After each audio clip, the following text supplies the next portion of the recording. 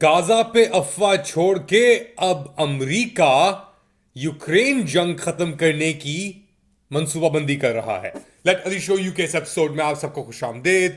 Do like, subscribe and share this content. बात शुरू करते हैं जो रिएक्शंस आ रही हैं। पहले ट्रम्प की प्रपोजल कि अमेरिका गाजा को काबू करेगा और वहां पे तामीराती काम करेगा और फिर उसको एक रिवियरा ऑफ द मेडिटेरेनियन बना के ही छोड़ेगा। उसके बाद जो रिएक्शंस आई हैं स्पेशली सऊदी अरेबिया की तो हमने बात की, मगर दुनिया भर में यानी अमेरिका के अंदर ही जो लॉ मेकर्स हैं रिपब्लिकन और डेमोक्रेट वो कह रहे हैं कि ये समझ नहीं आता भाई, अमरीकी सोल्जर हम नहीं भेज रहे। अमेरिका फर्स्ट कहा था, इजराइल फर्स्ट नहीं कहा था। तो रिएक्शन उसकी इतनी आना शुरू हो गई है कि अब अपना एक्सप्लेनेशन चल रही हैं। ट्रम्प व्हाइट हाउस से भी एक्सप्लेनेशन आई है। पहले उसको सुनते हैं फिर बात को आगे बढ़ाते हैं। President has not committed to putting boots on the ground in Gaza. He has also said that the United States is not going to pay for the rebuilding of Gaza. His administration is going to work with our partners in the region to reconstruct this region. तो अब ये कहा जा रहा है कि जी हम तो टू स्टेट सोल्यूशन की तरफ ही जा रहे हैं और अरब ममालिक से हमारी गुजारिश है कि वो हमारा साथ दें गाजा को रिकंस्ट्रक्ट करने में, जो वहाँ पे तबाही हुई है उसे सही करने के अंदर। ये सब बातें हैं। ट्रम्प की पोजीशन हमने देखी है कि वो एक शोशा मारता है और उसके बाद उसको बैक ट्रैक करके अकोमोडेट करता है किसी तरीके से और फिर एक निगोसिएशन पोजीशन ऐसी लेता है वो, ये शोशा मारने के बाद के लोग उस पॉइंट से शुरू करते हैं। यानी एक ऐसी फैंटास्टिकल दिमाग के बिल्कुल ही सोच के बाहर ऐसी चीज है कि अमेरिका गाजा में जाके, और आप देखेंगे उस वक्त नेतन्याहू खड़ा होता स्टेज पे, नेतन्याहू को भी नहीं लग रहा था कि यार ये कहां से आई ये चीज। तो उसने एक ऐसा शोशा मारा, क्योंकि इजराइल तो इसको अपना बिब्लिकल लैंड कहता है ना, कि ये तो हमें वादा किया था, हमें खुदा ने दिया ये नाउजुबिल्ला ये ज़मीन, क्योंकि हम इतने स्पेशल हैं और हम ही हैं स्पेशल और कोई स्पेशल नहीं है। तो अब उसने इतना बड़ा वो मार दिया आगे कि इजराइल भी कह रहे हैं यार ये क्या हुआ, अरबी भी कह रहे हैं ये क्या हुआ। तो जो निगोसिएशन होगी इवेंचुअली, क्योंकि इजराइल की जो पोजीशन है और नेतन्याहू की पोजीशन है जो खबासत से भरी हुई पोजीशन है, क्योंकि नेतन्याहू भी अब एक तरीके से जो दहशत गर्द तंजीमें हैं इजराइल के अंदर यहूदी, जिसके अंदर बेन गवीर है, स्मोत्रिच है, वो कभी भी इसको अमन नहीं करने देंगे।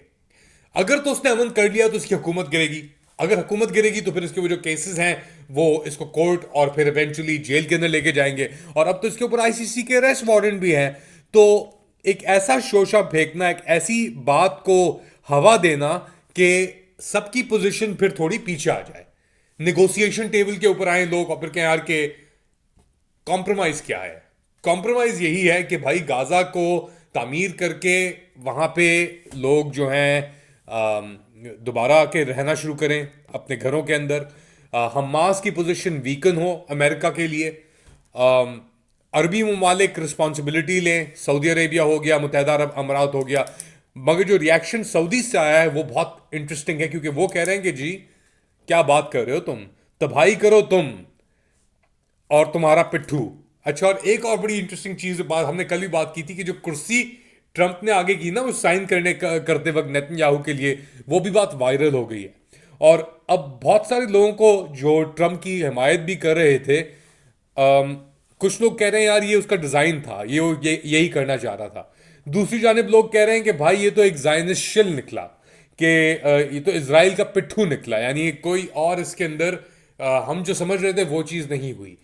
एक और जानिब वो लोग जो बाइडेन और कमाला हैरिस को सपोर्ट कर रहे थे वो कह रहा था आप देखा तुमने क्या कहा था हमने तुमसे, मुस्लिम्स फॉर ट्रंप। तो हर कोई अपनी पोजीशन के अंदर एक लुत्फ उठा रहा है इसको और समझने की कोशिश कर रहा है यार कि हुआ क्या है। अब देखें बात वाजे है, जो बाइडेन और कमाला हैरिस फलस्तीनियों के कत्ल के अंदर मुलविस थे, उन्होंने खुलेआम सपोर्ट की नेतन्याहू को, खुलेआम उन्होंने सपोर्ट की जो नेतन्याहू ने फलस्तीनियों का कत्ल किया, 65,000 के करीब फलस्तीनियों को शहीद किया गया, उसके अंदर बाइडेन हुकूमत की कंप्लीट बैकिंग थी। ट्रंप आया, उसने जंग रोकी और उसने शोशा मारा, शोशा ही मारा है ना अभी तो। एक ये तो नहीं हुआ कि अमेरिका और अमेरिकी सोल्जर लैंड हो गए हैं भाई गाजा के अंदर और वो उन्होंने टेक ओवर कर लिया है सब कुछ। गाजा के हालात हमारे सामने हैं। अब ये जो जंग बंदी का मुआहिदा है, इसके अंदर 3 फेजेस हैं। एक फेज मुकम्मल हुआ है, अब दूसरे फेज के ऊपर इतने खदशात हैं कि भाई नेतन्याहू चाहता है कि जंग दोबारा शुरू हो, तो उसको उस जानवर को भी संभाल के रखना है। जो नेतन्याहू एक जानवर ही है ना एसेंशियली, कि इतना सब हमारी जिंदगियों के अंदर इतने कत्ल किसी और इंसान ने या उसके हुक्म के ऊपर नहीं हुए। शायद ओबामा और ये भी इन जानवरों के ऊपर हुए हो, मगर तो ये एक टैक्टिक इस्तेमाल किया गया है, क्योंकि वो जानता है कि उन सबकी पोजीशंस एक्सट्रीम है।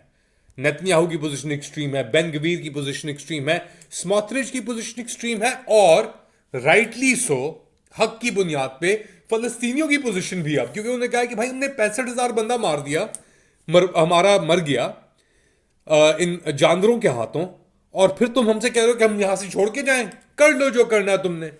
हमने इतने बंदे अपने शहीद गवा दिए हैं, इसके ऊपर शहीद हुए हैं हमारे इस बर्बरियत के ऊपर। 90% गाजा को तुमने बिल्कुल फ्लैटन कर दिया। जो 65,000 मरे हैं, इसके अंदर से आधों की तादाद 30,000 से ज्यादा बच्चे हैं 18 साल से उम्र की कम।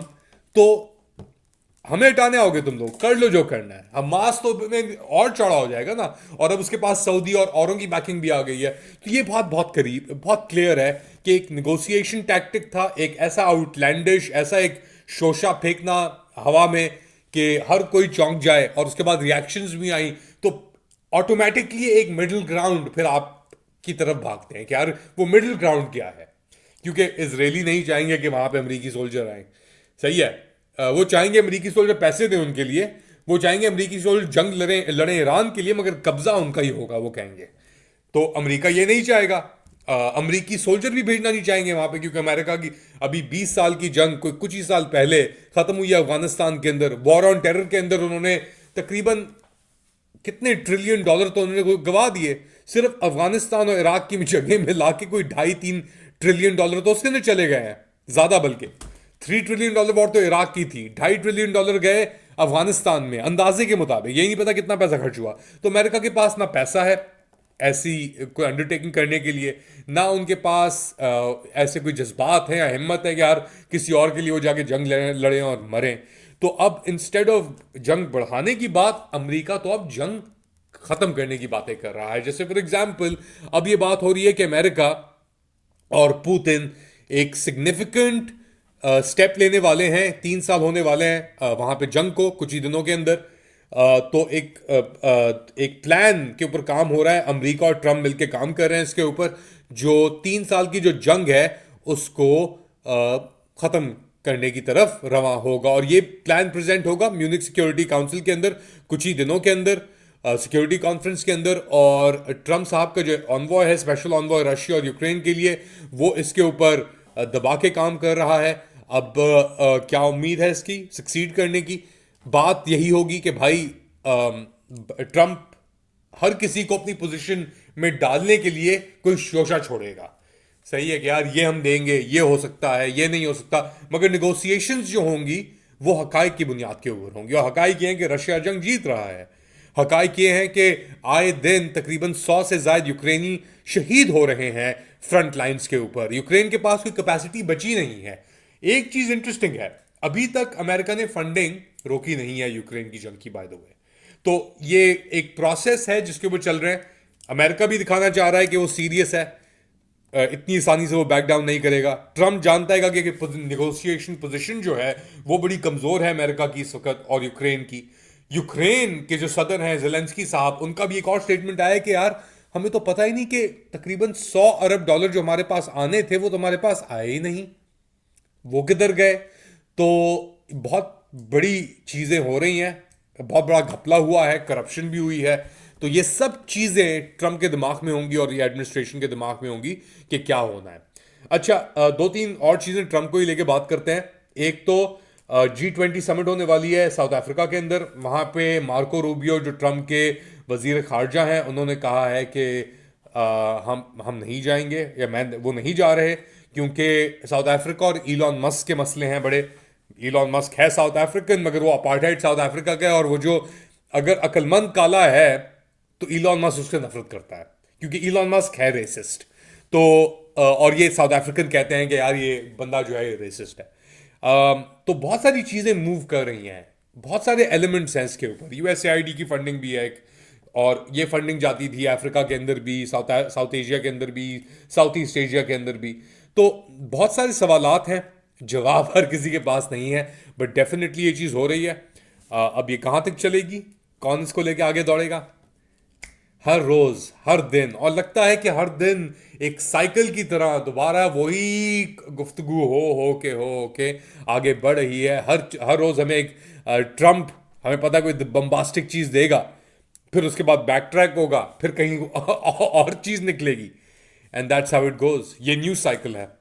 आप क्या समझते हैं क्या हो रहा है, बताएं मुझे कमेंट सेक्शन के अंदर। Do like, subscribe and share this content. अपना ख्याल रखें, अगली बार तक अल्लाह हाफ़िज़।